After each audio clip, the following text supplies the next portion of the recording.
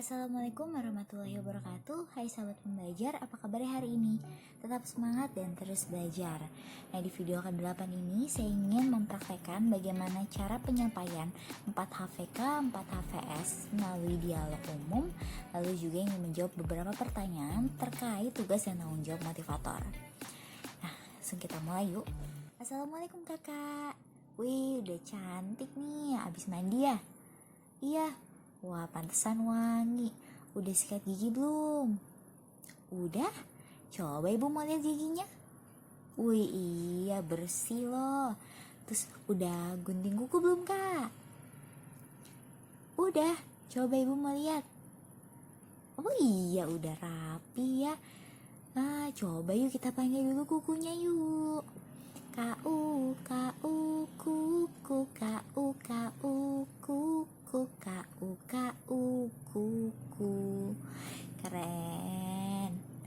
Nah, tadi siapakah yang potongin kukunya? Kakak potong sendiri? Enggak. Terus siapa yang potong? Mama. Oh, mama. Wah, kakak sayang gak sama mama? Sayang. Coba yuk kita panggil dulu mamanya. M.A. Mama, M.A. Mama, M.A. Mama. Weh, keren kakak. Nah kak, itu kakak lagi mewarnai apa kak? Gambar apa sih itu kak? Buku. Oh, bukunya ada berapa kak? 6. Banyak ya. Oh, kakak suka baca buku nggak? Suka. Buku apa kak biasanya? Buku cerita. Oh, iya. Coba yuk kita panggil buku yuk kalau kakak suka. B-U-K-U, buku, B-U-K-U, buku, B-U-K-U, buku. Yeay. Nah itu tuh kalau ibu guru lihat di sampul bukunya ada gambar ya kak? Iya kak, itu yang di depan kak. Nah ya itu. Gambar apa sih itu kak? Kuda? Oh kuda. Kakak pernah naik kuda nggak? Nggak pernah. Kalau ngelihat kuda pernah ngelihat? Pernah. Di mana lihatnya? Oh, ada di dekat rumah kakak. Berani nggak kakak kalau diajak naik kuda? Berani. Hebat. Yuk kita panggil kudanya dulu yuk. K-U-D-A kuda, K-U-D-A kuda, K-U-D-A kuda. Hebat kakak. Nah sekarang saya ingin menjawab terkait tugas dan tanggung jawab motivator. Poin yang pertama terkait target motivator di kelas. Pertanyaan pertama, apa target suasana dan kegiatan di kelas Bimba A-I-U-E-O yang harus dicapai oleh motivator? Yaitu suasana kelas yang aman, nyaman, dan kegiatannya juga menyenangkan atau fun learning. Yang kedua, bagaimana cara motivator mencapai target atau tugas di kelas Bimba A-I-U-E-O, yaitu dengan menerapkan paradigma Bimba, terus memberikan pembelajaran yang fun learning atau menyenangkan, memfasilitasi kegiatan anak yang dapat menumbuhkan minat baca dan minat belajarnya, seperti itu. Yang ketiga, apa kemampuan yang dibutuhkan oleh motivator dalam tugas di luar kelas Bimba A-I-U-E-O.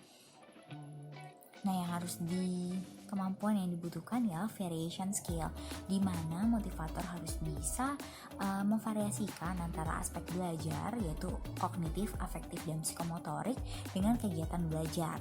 Lalu juga motivator diharapkan bisa bercerita atau mendongeng. Gitu. Nah, poin yang kedua, apa tanggung jawab utama motivator Bimba? Tujuan utamanya ialah menciptakan pembelajaran yang fun learning gitu ya, agar tumbuh minat baca dan minat belajar anak, dan diharapkan anak-anak ini bisa menjadi generasi pembelajar mandiri sepanjang hayat. Lalu motivator juga harus menciptakan suasana yang aman, nyaman, dan menyenangkan, lalu memfasilitasi kegiatan anak dengan cara membimbing, menciptakan kegiatan sesuai dengan kemampuan dan kemauan anak, serta mengevaluasi dan memberikan reward kepada anak. Nah, pertanyaan selanjutnya, poin ketiga, terkait tanggung jawab motivator. Yang pertama, apa yang harus dilakukan motivator untuk menjadikan suasana di kelas aman? Pastikan kalau di dalam ruangan itu tidak ada benda-benda tajam yang dapat melukai anak, misalnya pisau, gunting gitu ya. Apalagi alat-alat listrik, kabel-kabel gitu, nah itu harus diperhatikan. Dan juga pastikan agar kelas tidak becek. Yang kedua, apa saja yang termasuk kekerasan fisik yang tidak boleh dilakukan selama di bimba? Semuanya ya, kayak misalkan menjewer, mencubit, terus memukul, menendang, apalagi ya, menusuk, itu tidak boleh. Yang ketiga, apa saja yang termasuk kekerasan psikis yang tidak boleh dilakukan selama di bimba, yaitu marah-marah, memaki, mencemooh, membandingkan anak yang satu dengan anak yang lain itu tidak boleh. Lalu juga memberikan kegiatan yang tidak sesuai dengan kemauan dan kemampuan anak. Yang keempat, apa yang harus dilakukan motivator untuk menjadikan suasana di kelas nyaman, yaitu motivator harus menciptakan proses pembelajaran yang fun learning. Lalu juga motivator harus selalu tersenyum, ramah, semangat gitu, dan harus menjaga penampilan jadi agar tetap terlihat rapi. Apa yang harus dilakukan motivator dalam mengasihi murid, yaitu memberi perhatian pada murid ya. Kita dengarkan apabila murid sedang berbicara, kita beri perhatian. Lalu juga kita memberikan motivasi dan mengapresiasi terhadap kegiatan-kegiatan yang dilakukan anak. Yang keenam, apa yang harus dilakukan motivator dalam menyayangi murid? Itu dengan memberikan perhatian.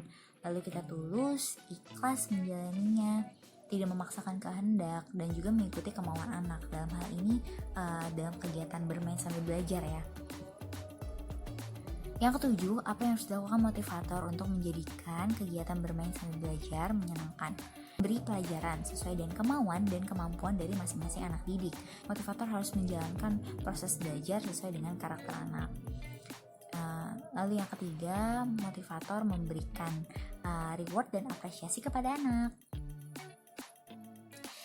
Yang kedelapan, apa yang harus dilakukan motivator untuk memastikan anak melakukan kegiatan yang berhubungan dengan minat belajar? Yang pertama, kita berikan kegiatan yang sesuai dengan kemampuan dan kemauan anak. Yang kesembilan, apa yang harus dilakukan motivator untuk memastikan anak melakukan kegiatan yang sesuai dengan tahapan perkembangannya? Yang pertama, berarti anak itu sudah bisa mengerjakan modul, tidak kesusahan. Yang kedua, proses pembelajaran ini bertahap atau small step system. Nah, yang terakhir, apa saja kemampuan yang harus dimiliki motivator? Itu kemampuan variation skill, terutama ya. Nah, yang terakhir, apa saja kemampuan yang harus dimiliki oleh motivator? Itu adalah kita harus bisa individual system, melakukan pendekatan secara individual, lalu memberikan materi secara bertahap atau small step system, menciptakan suasana yang menyenangkan, lalu juga kemampuan variation skill, itu dimana kita harus bisa memvariasikan antara aspek belajar yang kognitif, afektif, dan psikomotorik terhadap kegiatan belajar. Lalu motivator diharapkan bisa bercerita atau mendongeng dan mengendalikan diri. Nah, itu tadi jawaban dan praktek di video ke-8. Kurang lebihnya saya mohon maaf. Terima kasih atas waktunya. Salam Bimba, tetap semangat dan terus belajar. Wassalamualaikum warahmatullahi wabarakatuh.